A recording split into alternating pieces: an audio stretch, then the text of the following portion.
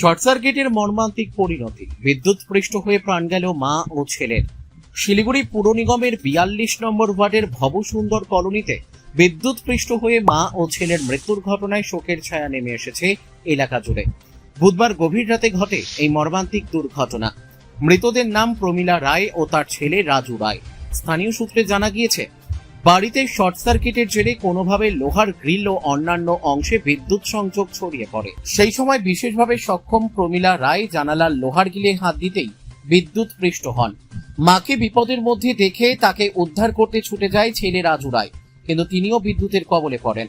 ঘটনাস্থলে দুজনের মৃত্যু হয়েছে বলে প্রাথমিকভাবে জানা গিয়েছে। এদিকে একই এলাকায় আরও এক মহিলাও বিদ্যুৎস্পৃষ্ট হন। তাকে দ্রুত উদ্ধার করে সেবক রোডের একটি বেসরকারি চিকিৎসা কেন্দ্রে ভর্তি করা হয়েছে।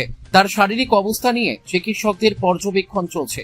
ঘটনার খবর পেয়ে এলাকায় পৌঁছায় ভক্তিনগর থানার পুলিশ ও বিদ্যুৎ বন্টনকারী সংস্থার কর্মীরা। পরে মা ও ছেলের দেহ উদ্ধার করে ময়না তদন্তের জন্য শিলিগুড়ি জেলা হাসপাতালে পাঠানো হয়।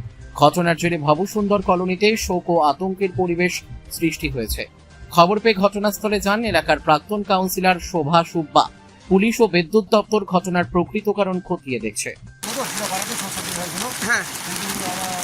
বুঝতে পারে না যে টিভির মধ্যে লাইন লাগিয়েছিল। টিভির মধ্যে বাদল করতে গেছে, খিড়কিতে হাত লাগাই দিয়েছে, কারেন্ট লাগিয়ে গেছিল। ওনাকে আমার বড় ছেলে ওকে বাসাতে গিয়েছিল, বাসাতে গিয়ে ওনাকেও কারেন্ট লাগিয়ে গেছিল।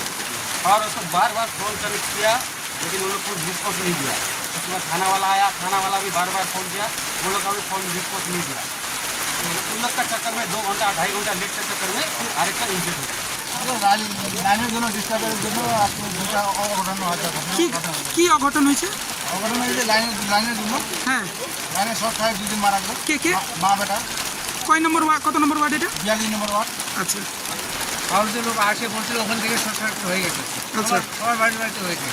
আমার এই বাড়ি থেকে 10টা বাড়ি পরে আর দুটার বাড়িতেও শর্ট সার্কিট হয়েছে। ওনাকে हम लोग को नाचना है, लाइन रहेगा तो कुछ गड़बड़ भी हो सकता है, इसीलिए सारा लाइन को काट दिया जाए। हाँ, तो उन लोगों ने व्यवस्था किया है कि लाइन काट देने से मतलब कि कोई खतरा का आशंका ना होगा नहीं।